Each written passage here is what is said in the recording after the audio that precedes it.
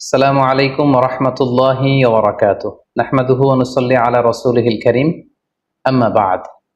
সম্মানিত দিনী ভাই এবং বোনেরা, পবিত্র মাহে রমাদান আমাদের একেবারে সন্নিকটে। ইটস নকিং দ্য ডোর।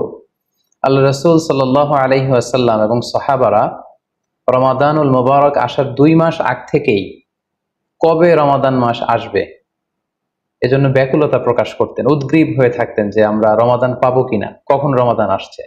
এবং ওনারা পড়তেন আল্লাহুম্মা বারিক লানা ফি রজব ওয়া শাবান ওয়া বাল্লিগনা রমাদান। অর্থাৎ, হে আল্লাহ, আপনি রজব এবং শাবান মাসে আমাদের বরকত দিন এবং রমাদান পর্যন্ত আপনি আমাদেরকে পৌঁছে দিন। আমাদের সালাফরা রমাদান আসার 6 মাস আগ থেকে, অর্থাৎ একটা বছরের 6 মাস ওনারা অপেক্ষা করতেন কবে রমাদান আসবে, উদ্গ্রীব হয়ে থাকতেন, ব্যাকুলতা প্রকাশ করতেন। আবার রমাদান মাস চলে যাওয়ার পরে বছরের বাকি 6টি মাস এ রমাদানে ওনারা যে সমস্ত ইবাদত করেছেন সেগুলো আল্লাহ তাআলা কবুল করলো কিনা এ নিয়ে পেরেশানিতে থাকতেন। বাকি 6 মাস দোয়া করতেন যে আল্লাহ, রমাদানে যে সমস্ত ইবাদত আমরা করেছি এগুলোকে তুমি কবুল করে নাও। এই পবিত্র মাসে আল্লাহ তাআলা আমাদের আল্লাহ সচেতনতা বৃদ্ধির জন্য এ মাসে আমাদের জন্য সিয়ামকে তিনি ফরজ করেছেন। আল্লাহ তাআলা ইরশাদ করছেন, ইয়া আইয়ুহাল্লাযীনা আমানু কুতিবা আলাইকুমুস সিয়াম কামা কুতিবা আলাল্লাযীনা মিন ক্বাবলিকুম লাআল্লাকুম তাত্তাকুন।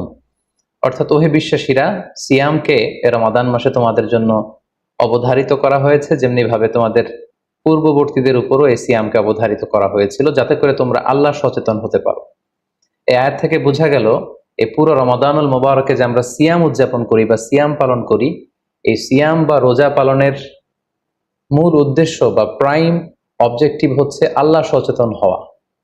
এই সিয়াম আমাদেরকে আল্লাহ সচেতন বানায়। এই সিয়াম আমাদের মধ্যে এই ফিলিংস, এই ভাবনা, এই চিন্তা বা এই চেতনাটা নিয়ে আসে যে আমরা এটা ভাবতে শুরু করি যে Allah is watching me, Allah is observing me, আল্লাহ আমাকে দেখছেন। এই চিন্তাটাকে, এই সেন্সটাকে, এই ফিলিংটাকে ডেভেলপ করার জন্যই আল্লাহ তাআলা এই মাসে সিয়ামকে আমাদের উপর ফার্জ করেছেন। এবং সেটাই আল্লাহ এই আয়াতের শেষাংশে বলছেন, লাআল্লাকুম তাত্তাকুন, যাতে করে তোমরা আল্লাহ সচেতন হতে পারো, যাতে করে তোমরা গড কনসিয়াস হতে পারো। আমরা যখন সিয়াম পালন করি আমরা তখন ক্ষুধার্ত, আমরা তৃষ্ণার্ত। ঘরের ভেতরে আমরা চাইলে, কেউ নেই, কেউ আমাকে দেখছে না, আমি চাইলেই খেয়ে ফেলতে পারি। আমি চাইলেই কিন্তু পান করে আমার তৃষ্ণা মেটাতে পারি, কিন্তু আমি খাচ্ছিও না, পানও করছি না। কারণ আমি এটা ফিল করি যে কেউ দেখে না, কিন্তু আল্লাহ দেখে।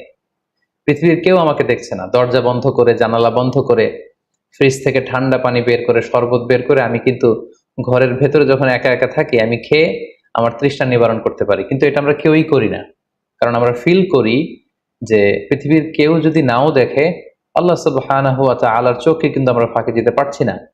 হি ইজ ওয়াচিং মি, তিনি আমাদেরকে দেখছেন। তাহলে সম্মানিত দিনী ভাই এবং বোনেরা, এই সিয়াম আমাদের মধ্যে আল্লাহ কনসিয়াসনেস, আল্লাহ সচেতনতা, এটা ডেভেলপ করে।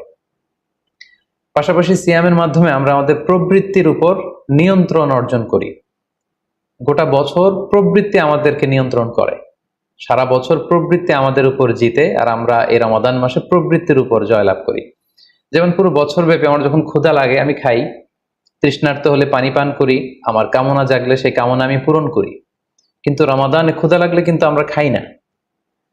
তৃষ্ণায় গলা ফেটে যাচ্ছে, তৃষ্ণায় গলা কাঠ হয়ে যাচ্ছে, কিন্তু এক ফোঁটা পানি আমি পান করছি না। সিয়াম পালন করা অবস্থায় দিনের বেলা আমরা যারা বিবাহিত, আমাদের স্ত্রীদের সাথে অন্তরঙ্গ মুহূর্ত আমরা কাটাচ্ছি না। তার মানে আমার যেটা মন চাচ্ছে, আমার যেটা ডিজায়ার, আমার যেটা ডিমান্ড, সেটা আমি ফুলফিল করছি না। অর্থাৎ আমার প্রবৃত্তিকে আমি নিয়ন্ত্রণ করি। তাহলে সিয়াম পালনের মাধ্যমে প্রবৃত্তিকে কিভাবে কন্ট্রোল করা যায়, প্রবৃত্তিকে কি করে নিয়ন্ত্রণ করা যায়, এটা আমরা শিখি। সারা বছর প্রবৃত্তি আমাদের উপর জয়লাভ করে, আর এই সিয়ামের মধ্যে দিয়ে কেমন যেন রমাদানে আমরা প্রবৃত্তির উপর জয়লাভ করি। আমাদের কাছে প্রবৃত্তি হেরে যায়, জিতে যায় আমাদের আল্লাহ তাআলার প্রতি আস্থা এবং ভালোবাসা। এই সিয়ামের আরো একটি শিক্ষণীয় বিষয় হচ্ছে, এই সিয়াম আমাদেরকে সংযমী বানায়, রেস্ট্রেইনড বানায়। আমরা চাইলেই রোজা পালন করা অবস্থায় যা মনে চায় তা করতে পারি না। এবং সহিহ বুখারীর বর্ণনায় আল্লাহর হাবিব সাল্লাল্লাহু আলাইহি ওয়াসাল্লাম আমাদেরকে শিখিয়েছেন যে কেউ যখন রোজা রাখে সে যেন অশ্লীল কথা না বলে, রোজা রেখে সে যেন কাউকে গালি না দেয়। এমনকি কেউ যদি তাকে গালি দেয় অথবা কেউ যদি তার সাথে ঝগড়া লাগতে আসে, সে যেন বলে ইন্নী ইমরুউন সাইম, অর্থাৎ আই এম ফাস্টিং, আমি রোজাদার, আমি রোজা পালন করছি। রোজা পালন করা অবস্থায় আমার পক্ষে অশ্লীল কথা বলা, ঝগড়া করা কোনো বাক বিতণ্ডায় জড়ানো সম্ভব না। তার মানে এই সিয়াম পালনের মধ্য দিয়ে সংযম যে ব্যাপারটা, এই ব্যাপারটা আমাদের আয়ত্তে চলে আসে। আমরা এই সিয়াম পালনের মধ্য দিয়ে সংযমী হয়ে উঠি। পাশাপাশি যারা সিয়াম পালন করছে তাদের জন্য আল্লাহর হাবিব সাল্লাল্লাহু আলাইহি ওয়াসাল্লাম ঘোষণা দিয়েছেন যে কিয়ামতের ময়দানে বিচার শেষে তারা যখন জান্নাতে ঢুকবে, রোজা পালনকারীদের জন্য আল্লাহ তাআলা একটি স্পেশাল গেট রেখেছেন যেটার নাম হচ্ছে রাইয়ান, এবং এই রাইয়ান গেট দিয়ে রোজাদাররা ছাড়া কেউ প্রবেশ করতে পারবে না। সুবহানাল্লাহি বিহামদি। আর একবার এই রাইয়ান দরজা দিয়ে যে ব্যক্তি ঢোকার সুযোগ পাবে জান্নাতে, he will never be thirsty again. সে কখনো আর তৃষ্ণার্ত হবে না, চিরকালের জন্য তার গলা থেকে তৃষ্ণা হারিয়ে যাবে।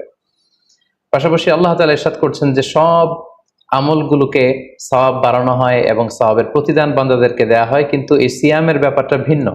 এর প্রতিদান আমি আল্লাহ নিজ হাতে দেব। আরেক বর্ণনা এসেছে এই সিয়ামের প্রতিদান আমি নিজেই। আমরা যদি একটু খেয়াল করে দেখি যে রমাদানুল মুবারাকে আমরা যত নেক আমল করছি বা সৎকর্ম করছি, এগুলোর সওয়াবগুলোকে কিন্তু জ্যামিতিক হারে বাড়ানো হয়। দ্য রিওয়ার্ডস অফ আমাল is multiplied in this blessed month of Ramadan. এ মাসে আমরা একটা নফল ইবাদত করলে সেটা ফরজের সমান সওয়াব দেওয়া হচ্ছে। একটা ফরজ ইবাদত করলে সেটা 70 থেকে 700 গুণ সওয়াব দেওয়া হচ্ছে। এ মাসে উমরা করলে সেটা হজের সমান সওয়াব দেওয়া হচ্ছে। অর্থাৎ অন্যান্য মাসে আমরা যদি নেক আমল করি তাহলে সেটার সওয়াবকে বাড়ানো হয় গাণিতিক হারে, কিন্তু এই রমাদানুল মুবারাকে কোনো নেক আমল করলে সওয়াবকে বাড়ানো হয় জ্যামিতিক হারে। এটাকে মান্থ অফ স্পেশাল অফার বলা হয়, বিশেষ অফারের মাস। আল্লাহ তাআলা চেয়েছেন যে বিশেষ অফার দিয়ে আমাদেরকে ইবাদতের প্রতি আগ্রহী করে তোলে, আকৃষ্ট করে তোলে। তিনি যেন আমাদের গুনাহগুলোকে ক্ষমা করে দিয়ে আমাদেরকে পাপ মুক্ত বান্দা হিসেবে স্বীকৃতি দিতে পারেন, তার একটা কেমন যেন আয়োজন তিনি করে থাকেন আমাদের জন্য পবিত্র মাহে রমাদানে। এবং এই রমাদানুল মুবারকের প্রতিটি রাতে আল্লাহ তাআলার পক্ষ থেকে একজন বিশেষ আহ্বানকারী ফেরেশতা তারা ডাকতে থাকে আর বলতে থাকে, ইয়া বাগিয়াল খায়রি আকবিল, হে কল্যাণের অভিযাত্রী, হে কল্যাণের পথের যাত্রী, আকবিল, প্রসিড, গো অন, আরো সামনে যাও, আরো নেক কাজ করো, আরো ভালো কাজ করো। ইয়া বাগিয়াশ শাররি আকসির, হে পাপের পথের যাত্রী, আকসির, স্টপ, থেমে যাও, অনেক হয়েছে, আর না, আর অন্যায়ের দিকে ধাবিত হয়েও না। এটা প্রতি রাতেই, রমাদানের প্রতিটি রাতেই এই আহ্বান করা হয় যে হে কল্যাণের পথের যাত্রী, ভালো কাজ করতে থাকো, হে অকল্যাণের পথের যাত্রী, এখনই থেমে যাও, আর সামনের দিকে আগ বাড়িও না। এবং এই বরকতপূর্ণ মাস পেয়েও যারা আল্লাহ তাআলার ক্ষমা পায়নি, রাসূল সাল্লাল্লাহু আলাইহি ওয়াসাল্লাম তাদের জন্য ভয়ঙ্কর ওয়ার্নিং দিয়েছেন, হুঁশিয়ারি দিয়েছেন, গভীর হুঁশিয়ারি তিনি বর্ণনা করেছেন। মসজিদে নববীতে আল্লাহ রাসূল সাল্লাল্লাহু আলাইহি ওয়াসাল্লাম একবার মিম্বারের প্রথম ধাপে পা রেখে বললেন আমিন, দ্বিতীয় ধাপে পা রেখে বললেন আমিন, তৃতীয় ধাপেও পা রেখে বললেন আমিন। সাহাবারা জিজ্ঞেস করলেন, ইয়া রাসূলুল্লাহ, তিনবার কেন আমিন বললেন? আমরা তো বুঝতে পারলাম না। আল্লাহ রাসূল সাল্লাল্লাহু আলাইহি ওয়াসাল্লাম তখন বললেন যে এইমাত্র জিবরিল আমার কাছে এসে আমাকে শুনিয়েছে যে যে ব্যক্তি রমাদানুল মুবারক পেয়েও ইবাদতের মাধ্যমে আল্লাহর ক্ষমা পেল না, সে দুর্ভাগা, সে হতভাগা। আমি তখন বলেছি আমিন। তারপর জিবরিল বলল যে মা বাবা উভয়কে পেয়ে তাদেরকে সন্তুষ্ট করার মধ্য দিয়ে যারা আল্লাহর জান্নাতকে হাসিল করতে পারলো না, তারা দুর্ভাগা, হতভাগা। আমি বলেছি আমিন। তৃতীয় পর্যায়ে জিব্রাইল বলেছে যে হে নবী, আপনার নাম শুনবার পরেও যে আপনার উপর দুরূদ পাঠালো না, অর্থাৎ সাল্লাল্লাহু আলাইহি ওয়াসাল্লাম বলল না, সে দুর্ভাগা, সে হতভাগা। তখন আমি বলেছি আমিন। সম্মানিত সুধী, এই হাদিস থেকে আমরা বুঝতে পারি যে যারা রমাদান পেয়ে আল্লাহর প্রিয় ভাজন বান্দা হতে পারলো না, আল্লাহর কাছ থেকে ক্ষমার ঘোষণা পেল না, তাদের যে দুর্ভাগা এবং হতভাগা আর কেউ হতে পারে না। তাই যেহেতু রমাদান আমাদের একেবারে সন্নিকটে, আর মাত্র 2 দিন পরে এই পবিত্র মাস আমাদের মাঝে আগমন করবে, তাই আমাদের উচিত এই মাসটাকে ভাব গাম্ভীর্যের সাথে উদযাপন করা, to take the best out of this blessed month, যত বেশি পরিমাণে সম্ভব নেক কাজ করে আল্লাহ তাআলার ক্ষমাপ্রাপ্ত বান্দাদের অন্তর্ভুক্ত হওয়ার চেষ্টা করা। আমরা যদি এই মাসকে উদযাপনের জন্য এখন থেকে একটা প্ল্যান করি বা প্রোগ্রাম করি এবং সেটার আলোকে যদি পুরো মাসটি আমরা পরিচালনা করবার চেষ্টা করি, তাহলে আশা করি খুবই ফ্রুটফুল ওয়েতে এই যে অফার দেয়া হয়েছে, স্পেশাল অফার, এই অফারগুলোকে আমরা কাজে লাগাতে পারবো এবং বেশি বেশি ইবাদত করে আল্লাহ তাআলার প্রিয় ভাজনদের অন্তর্ভুক্ত হতে পারবো। এই পৃথিবীতে আমরা যখন কোনো বিজনেস রান করি, নিশ্চয়ই তার আগে একটা প্ল্যান করি, একটা প্ল্যান সাজাই। বড় কোনো প্রজেক্ট যখন আমরা হাতে নিই, আমরা একটা প্রজেক্ট প্ল্যান দাঁড় করাই এবং সেটার আলোকে আমরা সেই প্রজেক্টটাকে রান করবার চেষ্টা করি। তাই আর যেহেতু মাত্র 2 দিন বাকি, আমরা যদি এখন থেকেই একটি প্ল্যান করি বা একটি পরিকল্পনা সাজাই, হতে পারে এটা লিখিত পরিকল্পনা, কিংবা অ্যাটলিস্ট নিজের সাথে নিজের বোঝাপড়া যে আমি এই কাজগুলো রমাদানে করতে চাই, এগুলো করতে চাই না, ডুজ এন্ড ডোন্টস গুলোকে আমি মেনে চলতে চাই, যেগুলো করা উচিত এগুলো আমি বেশি বেশি করব, যেগুলো থেকে দূরে থাকা উচিত এগুলোর ব্যাপারে আমি সাবধান থাকবো। অ্যাটলিস্ট মনের সাথে মনে একটা বোঝাপড়া অথবা কাগজে লিখে আমাদের একটি পরিকল্পনা করা উচিত। সো এ পর্যায়ে এই রমাদান কেন্দ্রিক আমরা কি ধরনের পরিকল্পনা করতে পারি এবং সেই পরিকল্পনায় কোন কোন বিষয়গুলো স্থান পেতে পারে বলে আমি মনে করি, সেগুলো আপনাদের সাথে সংক্ষিপ্তভাবে শেয়ার করবো ইনশাআল্লাহ। প্ল্যান করার ক্ষেত্রে সর্বপ্রথম যেটা আমি বলবো, প্ল্যান করবার সময় অল্প প্ল্যান করুন এবং সেটা যতটুকু প্ল্যান আপনি করবেন সেটা নিয়মিত করবার চেষ্টা করুন। আমাদের অনেকের মধ্যে এমন একটা ভাব কাজ করে যে যেহেতু এটা অনেক রহমতের মাস, বরকতের মাস, মাগফিরাতের মাস, আবেগে তারা অনেক বেশি প্ল্যান করে ফেলে এবং সেই অনুযায়ী রমাদানের শুরুতেই সারা রাত তাহাজ্জুদ, সারাদিন এবাদত তেলাওয়াত, এরকম 2-4 দিন চলার পরে, কয়েকদিন যাওয়ার পরে সে আবেগটা ঝরে পড়ে, সে আবেগটাকে সে ধরে রাখতে পারে না। কারণ এমন প্ল্যান করা হয়েছিল যেটা রেশনাল ছিল না, যেটা হয়তো যৌক্তিক ছিল না বা বাস্তবসম্মত ছিল না। সো প্ল্যান করার ক্ষেত্রে আমার প্রথম পরামর্শ হচ্ছে অল্প প্ল্যান করুন এবং যতটুকু প্ল্যান করবেন সেটা পুরো রমাদান ব্যাপী, হোল দা মান্থ লং আপনি সেটাকে পালন করবার চেষ্টা করুন। কারণ আল্লাহ রাসূল সাল্লাল্লাহু আলাইহি ওয়াসাল্লাম বলেছেন, আহাব্বুল আমালি ইলাল্লাহি আদওয়ামুহা ওয়া ইন কাল্লা। আল্লাহ তাআলার কাছে সবচেয়ে প্রিয় আমল হচ্ছে সেটা যেটা মানুষ নিয়মিত করে, যেটা বান্দা রেগুলার বেসিসে করে, যদিও এটা পরিমাণে কম হয়। সো আপনি পরিমাণে যদি কমও করেন, সেটা যদি পুরো রমাদান মাস ব্যাপী একই ধারাবাহিকতায় আপনি ইবাদত করেন, তেলাওয়াত করেন, তাহাজ্জুদ পড়েন, জিকির আজকার করেন, সাদাকা করেন, দান করেন, এটার যদি একটা ধারাবাহিকতা থাকে, সেই ইবাদতটা আল্লাহ তাআলার কাছে বেশি প্রিয়। তাই প্ল্যানের ক্ষেত্রে আমার সর্বপ্রথম পরামর্শ হচ্ছে অল্প প্ল্যান করুন, স্বল্প পরিসরে প্ল্যান করুন, হাতে গোনা অল্প কয়েকটি বিষয়ের ব্যাপারে আপনি কনসার্নড হন এবং যতটুকু প্ল্যান করেছেন ততটুকু নিয়মিত বাস্তবায়ন করুন। প্ল্যানের ক্ষেত্রে সর্বপ্রথম যেটা আমি বলতে চাই সেটা হচ্ছে পুরো রমাদান মাসে সালাতের ব্যাপারে আমাদেরকে সর্বপ্রথম বেশি সচেতন থাকতে হবে। It's mandatory. 5 ওয়াক্ত সালাত যেন আমরা জামাতের সাথে আদায় করতে পারি, এই বিষয়টা খেয়াল রাখতে হবে। কোনো কারণে যদি জামাত ছুটেও যায়, কাজা যেন না হয়ে যায়। কারণ আমাদের যদি জামাত ছুটে যায়, সালাত যদি কাজা হয়ে যায়, তাহলে আপনার প্রোডাক্টিভিটি কমে যাবে। সো প্ল্যানের ক্ষেত্রে এখন থেকে আমাদের এটা মাথায় রাখতে হবে যে পুরো রমাদান জুড়ে আমরা 5 ওয়াক্ত সালাত জামাতের সাথে আদায় করব। কোনো কারণে জামাত যদি ছুটেও যায়, কোনো নামাজ যেন আমার কাজা না হয়ে যায়, এই ব্যাপারে আমরা সচেতন থাকবার চেষ্টা করব। 3 নম্বরে হচ্ছে কোরআন তেলাওয়াত করা।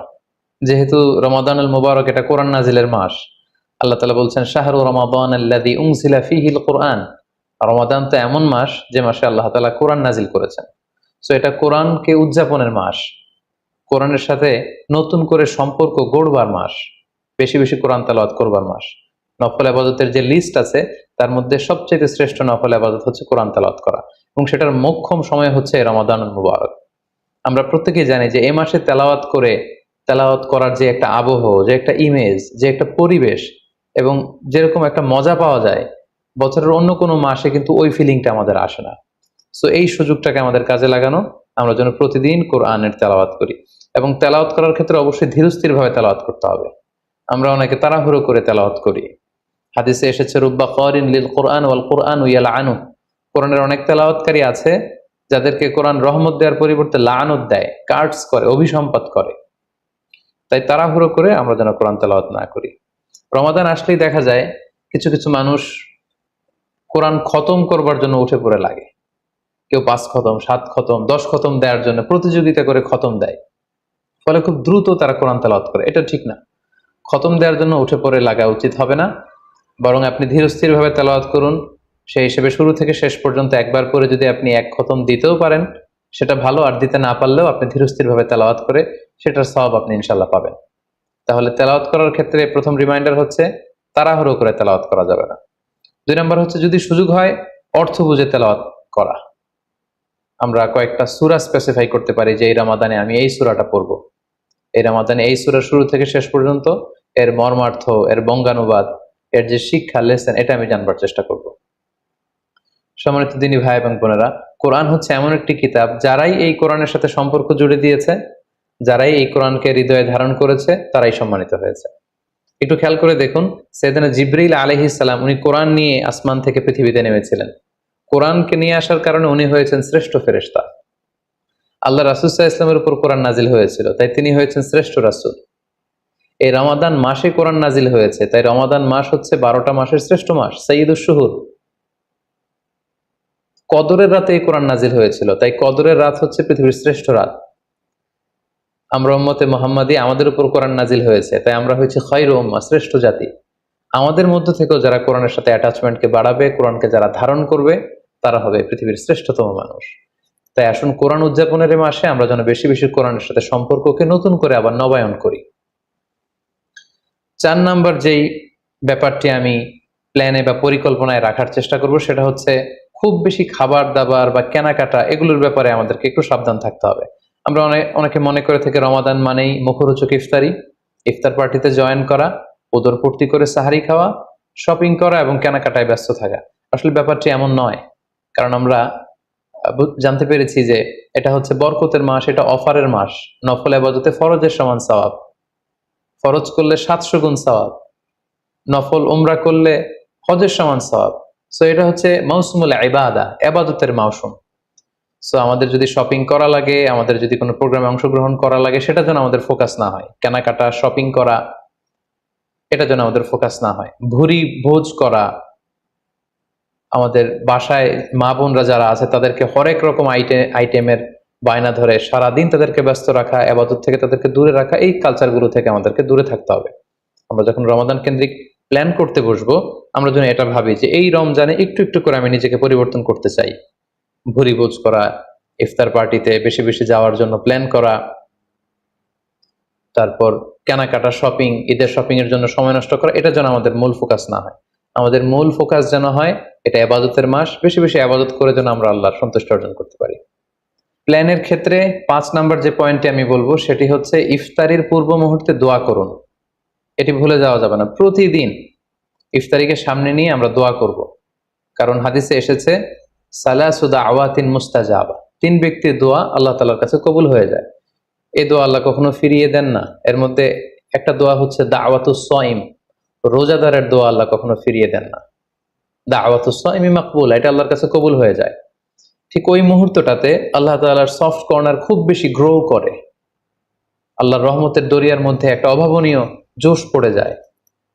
আল্লাহ তাআলা এই দৃশ্যটাকে খুব দেখতে পছন্দ করে যে বান্দা সামনে খাবার নিয়ে বসে আছে, শরবত নিয়ে, পানীয় নিয়ে বসে আছে, ক্ষুধায় তৃষ্ণায় সে জর্জরিত, সে চাইলেই সামনে থেকে নিয়ে মুখে তুলে খাবারটা খেতে পারে, কিন্তু সে আমার ভয়ে খাচ্ছে না।